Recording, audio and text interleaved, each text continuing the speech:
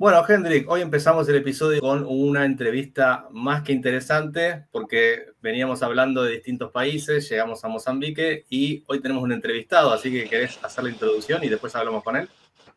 Sí, Martín, sí, la verdad estoy muy contento porque estamos pudiendo hacer de lo que hablamos, de introducir África a nuestra gente acá de Sudamérica. Y a Gordon lo conocí, él está en Mozambique, lo conocí acá en Argentina, él ya vino 2 veces con la raza Bonsmara y él tiene su campo en Mozambique, entonces me pareció interesante hablar con él, que nos cuente de primera mano, literalmente está en Mozambique en la playa. Así bueno, más en vivo imposible. Bueno, te dejo un poco a vos que guíes la entrevista y yo me voy sumando. Okay, Gordon, thank you very much for your time and thank you very much for being able to talk to you. I've just told our listeners that you have been in Argentina, but you also farm in South Africa and in Mozambique. So feel free to tell us more about your experience and how it is, because we don't know, as you know, in Argentina, we don't know a lot about Africa and Southern Africa, and anything you tell will be amazing. Excellent. Yes, unfortunately, I'm still learning Portuguese, but I can speak a little bit. Hola, señora, señora. Yeah, if that's accurate, I'm not sure. If not, desculpa, excuse me. But we'll continue in English because I don't think many there will understand Afrikaans, which is my second language, or Fanagalo, which is my third language, an African language. So, yeah, when I speak to people about my farming experiences, they always ask, so where did you study?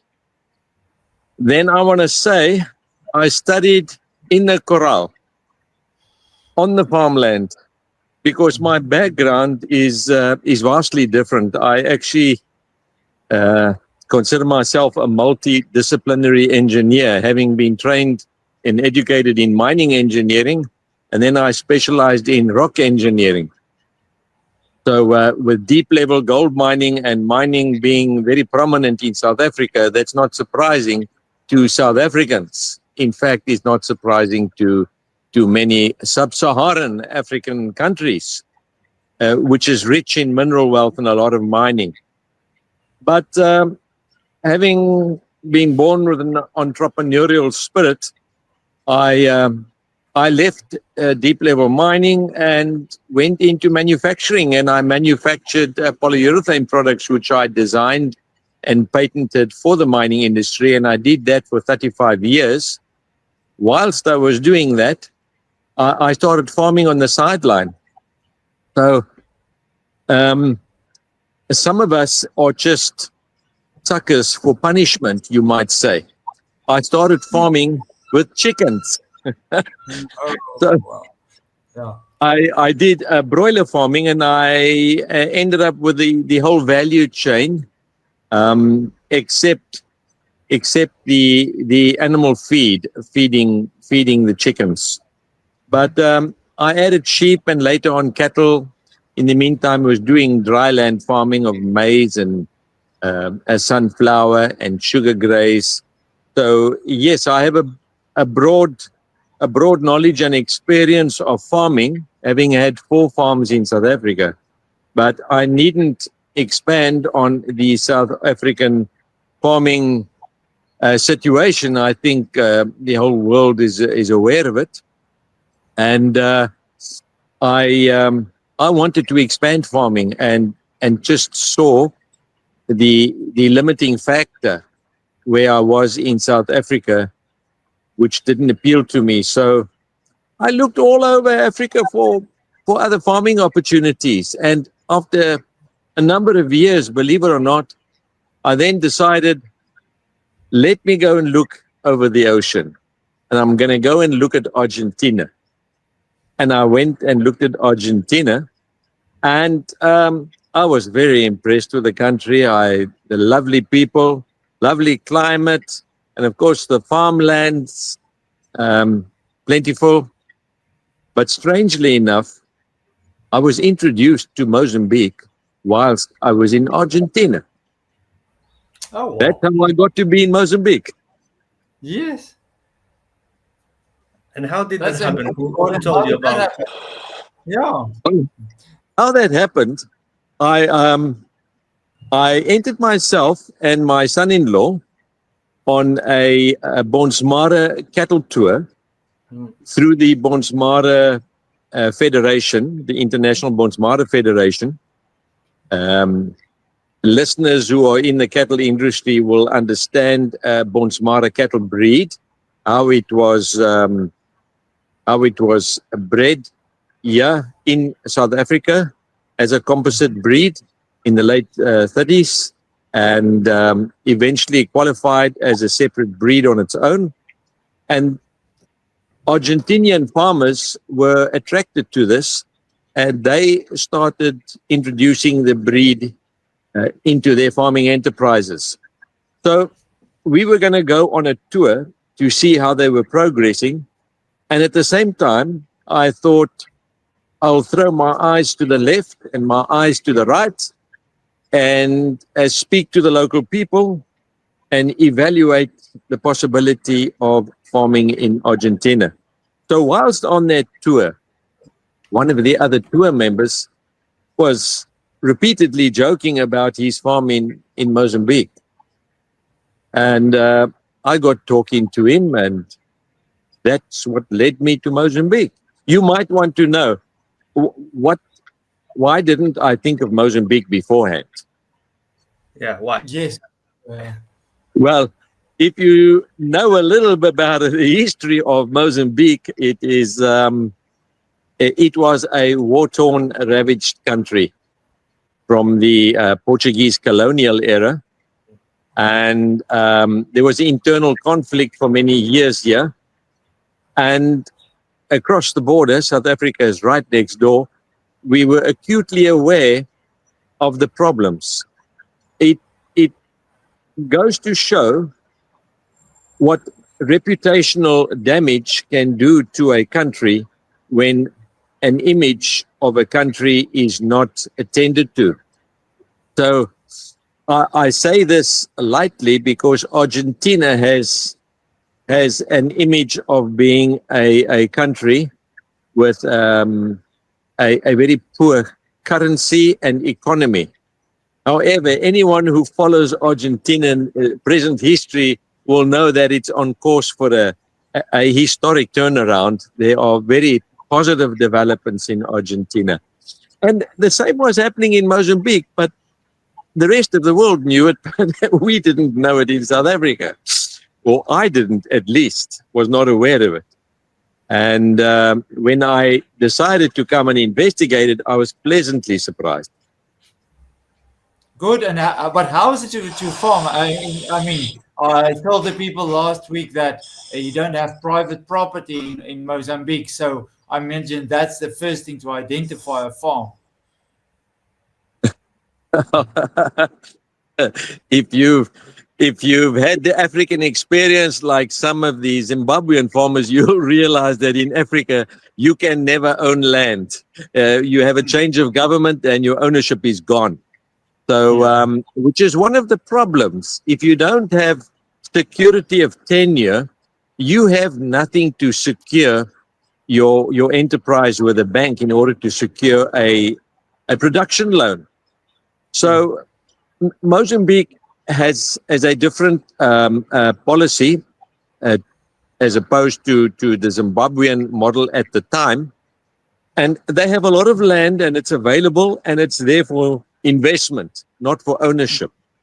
So you come and you come with a proposal to invest in an agricultural project, whatever it might be. It can be fish farming, it can be banana plantations, it can be anything. I chose cattle.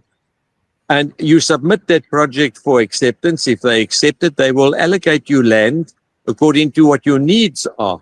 And this is given to you through a registered right of use called a duat. And this duat is valid and guaranteed by international trade agreements for a period of 49 years. So you pay an annual tax per hectare, but it's very affordable. You just simply do not own the land with a title deed. You own the right to the land. Now, if you think nicely about it, and you do have land that you paid a lot of money for, such as what I had in South Africa, and you sell it, you have a lot of capital. And then you don't need to own the land. You can be self-financing. Okay, that's interesting. Yes, definitely. In Argentina, we also have the private property model.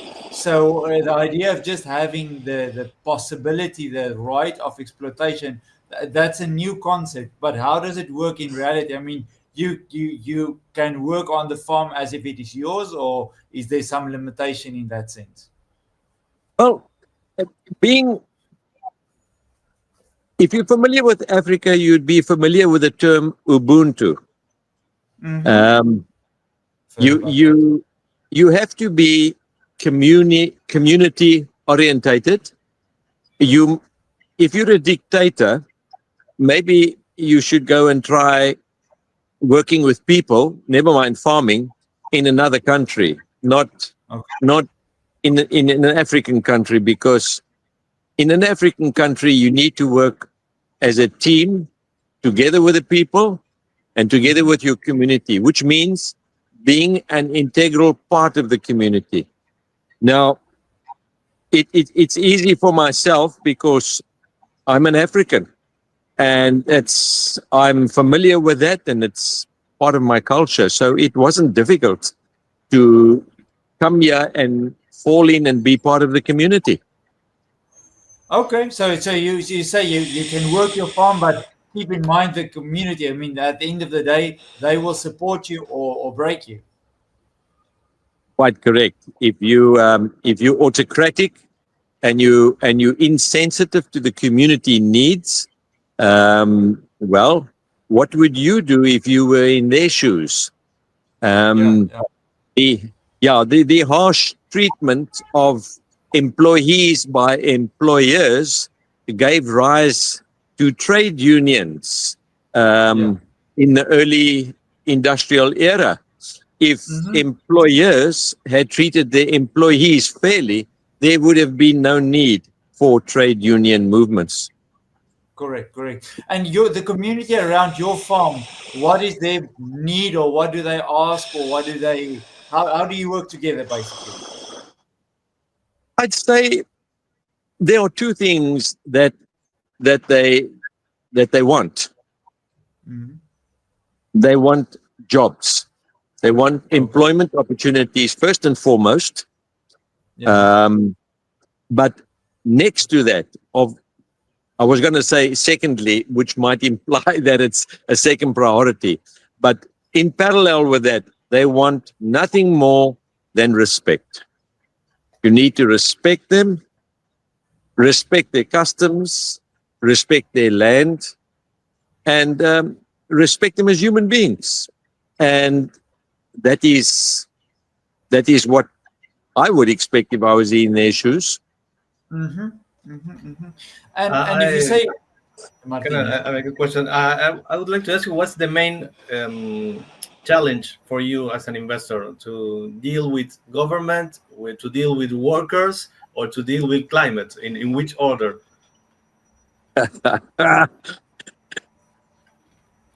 No, the challenge to work with the workers is not a challenge.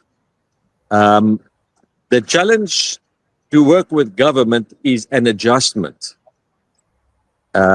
because everything works much slower in the Mozambique environment. You must understand, the country is currently undergoing an electrification process, and it's being rapidly implemented.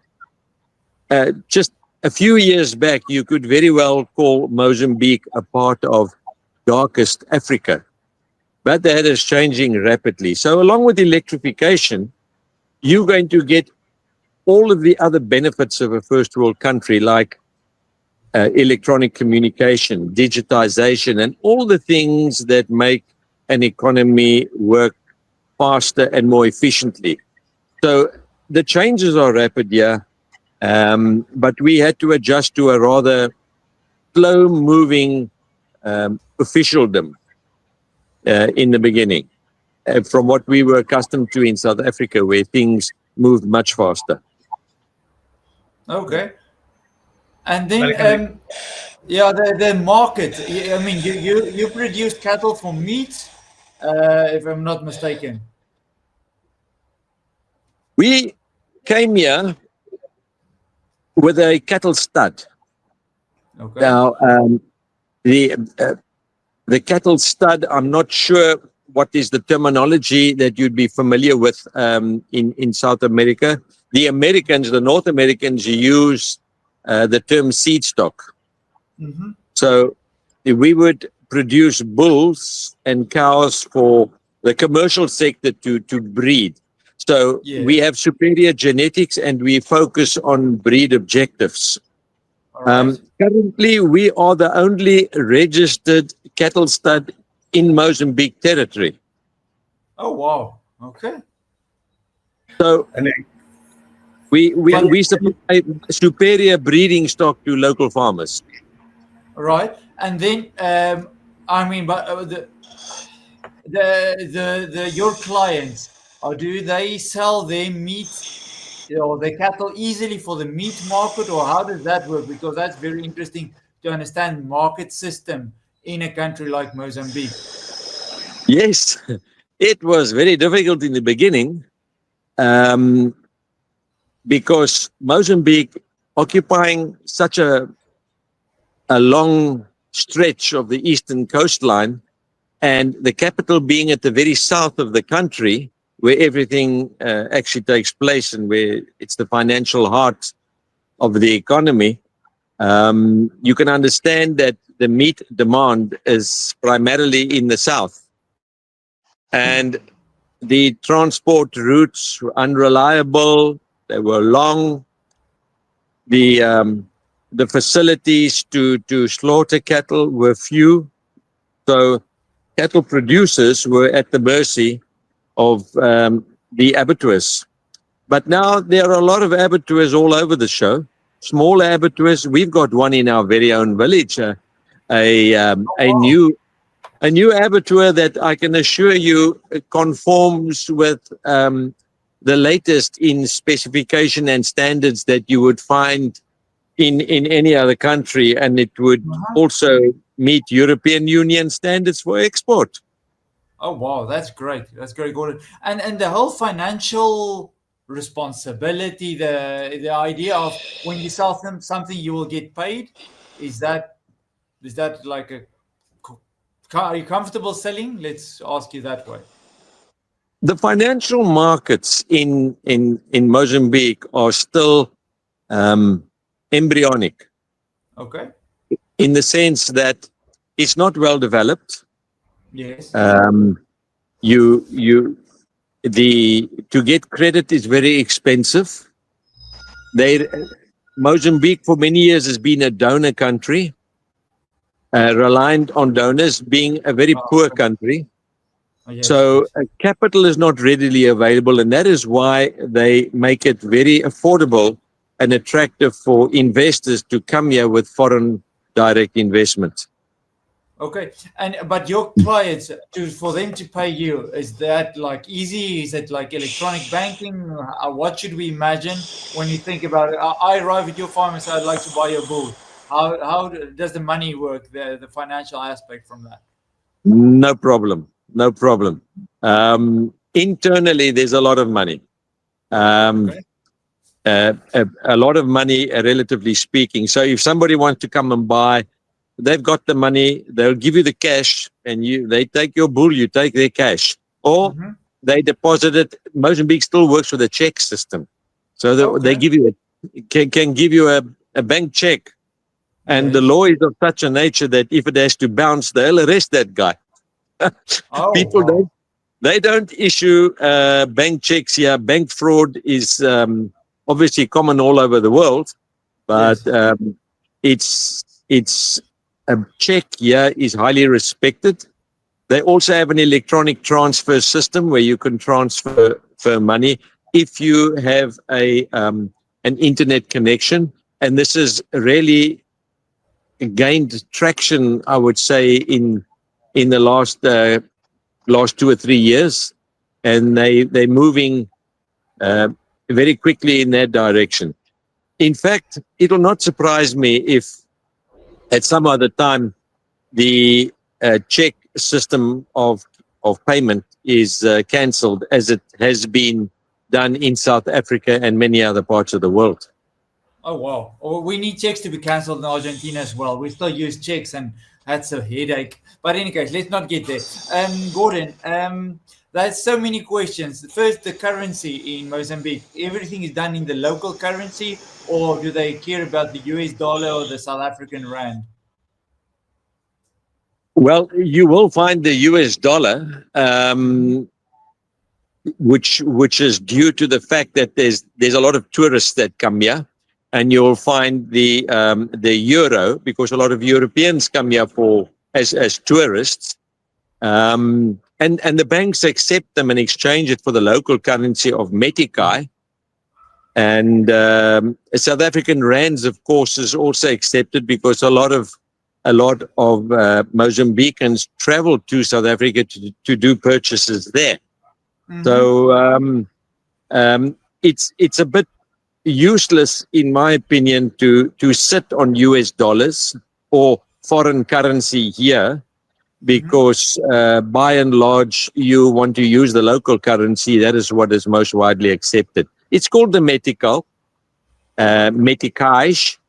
There's 100 metikais to a unit. It's digital, and yes, currently the exchange rate would be about 65 metikai to $1 US. Okay. And is it quite stable? Well, it's stable, and it's controversial because central banks are the ones that determine, and politicians, they're the ones that determine whether a currency is stable or not. We're very familiar with that here. Yeah, it might be artificially stable, but it is stable, and it's irrelevant what happens outside the country, because we trade with it within the country. Okay. I mean, that's a good sign. That's a good sign for the economy itself, if its own citizens do rely on it. So I'm happy to hear about that, at least. Yes. Yeah. Okay. Gordon, and then, sorry, yes, Martin. You told that you were learning Portuguese, right? Yes. Fala Portuguese pouco pouco. Great. So why is that? Because you want to communicate better with people in Mozambique, or what motivated you to learn Portuguese? Because you speak English, you speak Afrikaans, so why another language? It's a good question. Portuguese is widely spoken in the cities, towns and cities. The older officials and business owners struggle with English. Some of them refuse to speak it. We understand how older people can be rather stubborn, but the younger generation, no, they've embraced the international language of business, which is and happens to be English. Why I say the main cities, because Mozambique has many languages. I speak under correction, but I think the languages and dialects are deep in the 40s, about 48 or 49 of them, different languages and dialects. So when you go into the rural areas, their Portuguese is very basic and is not very accurate. And when you come to the towns and the cities, the rural language becomes a bit difficult. So, yes, I communicate a lot on the farm with local workers and with a language called Fanagalo, and many people will challenge the use or the classification of that language as a language, but it was and is used in the mines. It's a multilingual African language, so there's a lot of Zulu, isiZulu, a little bit of isiXhosa in it, and Sotho, and Tswana. But otherwise, when you speak it to most people, they will understand it, and you can communicate well. Why? It's also a very useful language in Mozambique, because a large sector of Mozambique were employed as contract laborers on South African mines. And they had to learn this common language that they could communicate across all platforms. So, afana ka so mine fundile lo fana ka lo and namanj mine jopise en la bakaloba plus. Okay. We trust you. Okay. Gordon, that is so interesting. I will explain to people. I'll study it a bit just to explain Fanaga law, because it's a very interesting language. Actually, my primary school teacher, she was from Zimbabwe, and she spoke that. So I will explain to people a bit later on as a side note what Fanaga law is. But just a quick question. You said the younger people are learning English, the older ones not so much. How do they feel about the Chinese, and what is the Chinese influence in Mozambique as far as your practical concerns and experience? Like in most African countries, you get two opposing views to the Chinese, for the simple reason the Chinese are viewed by many, opportunistically so as well, as being colonizers. However, the Chinese do contribute to the different African nations in different ways, such as road building, bridge building, building of, let's call it national monuments, you can say, and harbors, railroads, and so forth, which is essential for the development of the continent. Mm-hmm. But it's like with any aid, it doesn't matter which country it comes from, aid comes at a price. Okay. Yeah, so there in Angola, as we speak, they've had a lot of riots and civil disobedience as protest against the Chinese there. I can't offer an explanation as to why. I'm just aware of it. You see it on social media. I don't know why. I don't know if it's valid, but that is currently the situation there. I've been all over Africa, and wherever you go in Africa, you will see the Chinese. They're building roads. They're doing construction work. They do make a contribution. Unfortunately, there are a couple of unsavory characters who get involved in illegal activities, like illegal timber harvesting, cutting down forests, and so forth. And they're not always as sensitive to the environmental and health concerns of the local population and government regulations as one would like them to be. So, okay. Yeah, there's been a massive breach of a dam, a slimes dam of a copper mine in Zambia just recently. And it hasn't made the news headlines, where millions of tons of environmentally toxic waste has spilled into the Kafue River, which is one of the major rivers in Zambia, and countless millions of people are dependent on that river for their daily living, survival, and convenience. And yes, apparently it is somewhat of a disaster.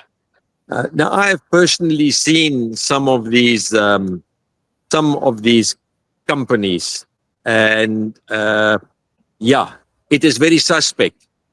Then I must add, I have seen other Chinese companies who are very professional and very exemplary. So I think a lot of it has to do with the individual and with the supervisory capacity that officials can exercise over them. So if you are in a conflict situation where you've accepted, where you've compromised your morals, in other words, bribery, with company executives, then I'm afraid you're in a position where you find it very difficult to do your job and to institute legal actions and remedial actions. And this process just escalates until eventually there are no legal constraints on that operator. So you get that in every country, I would imagine. So it might not really be fair for me to give the idea that it is purely Chinese, because it's not. It depends on the models of the management of that company. Yes. And in your daily life in Mozambique, do you come across a lot of Chinese company, Chinese people, or doesn't it work like that? No, we have Chinese people right here in our very village. Very nice people. They're in fact friends of mine. Very helpful, very courteous. If it wasn't for the Chinese over here, we wouldn't have a supermarket. Same here, same in Argentina. Yeah, we have in mostly every block you have a Chinese supermarket. Yes, exactly. Okay, Martin, do you have any other questions for Gordon? Martin, you're muted. Oh, sorry. I would like to ask you, what's the main misconceptions about Africa as a continent that you have seen around the world, or at least where you traveled? Okay, that's not difficult. If you go to America, they believe that the universe ends on the East Coast and it starts on the West Coast. Yeah. True. So when you speak about Africa, the average American will say, oh, Kenya, Nairobi. They think Nairobi is the capital of Africa. Because of the Mercator lines on the map, depicting the world map, if you flatten it out, it looks as if Africa is actually quite small, but it is a very vast continent, and it'll swallow the United States up. And there'll be lots of space left to fit the whole of Europe in it as well. The Europeans are more familiar with Africa, that I must say, and they love it. They love it. The Americans come over here, a lot of them come over here for hunting. Wildlife hunting is a big sport that the Americans love in Africa, because you can still hunt in the old traditional fashion, and you can hunt the big five.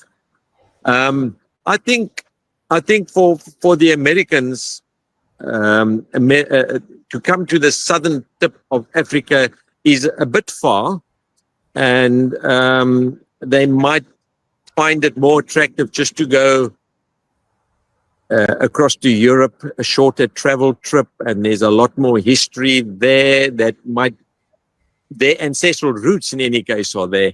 So I'm not sure why Africa is not more popular amongst the Americans, and I'm speaking of the North Americans here, because the dollar is so strong.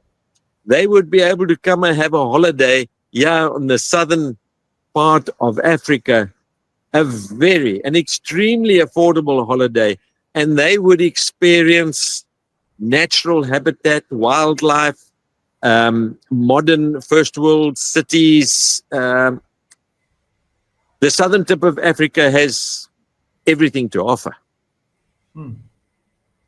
Well, you say holidays is good in Mozambique, beach holidays? Well, you can come here for a beach holiday. You can go to Bazaruta Island, which is just behind me. You can go there and you can, it is a protected worldwide heritage site for the endangered dugong. The dugong is a type of sea cow, and its habitat is around the Bazaruta archipelago. Okay. And a lot of people come and visit the Bazaruta archipelago. Film stars come from America, wealthy film stars, and royalty from England, and so forth. So that'll give you an idea of the standard. Okay. It's world-class standard, yeah. We have to go and visit you, Gordon. I'm so jealous, and I will thank you very much for your time and explaining a bit of living in Mozambique to us. I just said about the Americans. I think many people in Argentina, we're also guilty of that. We see as Africa as this thing in the middle you have to go around to get to other places. So we need to go to Africa more, and that's what Martin and myself are doing, explaining a bit of Africa. And thank you for giving a face and a real history and a story to what Africa is. It's my pleasure. And if anybody would like to come to Mozambique, well, give me a ring. I have a lodge. There's accommodation. You'll be well fed. And our beer here is fantastic. Thank you very much, Gordon.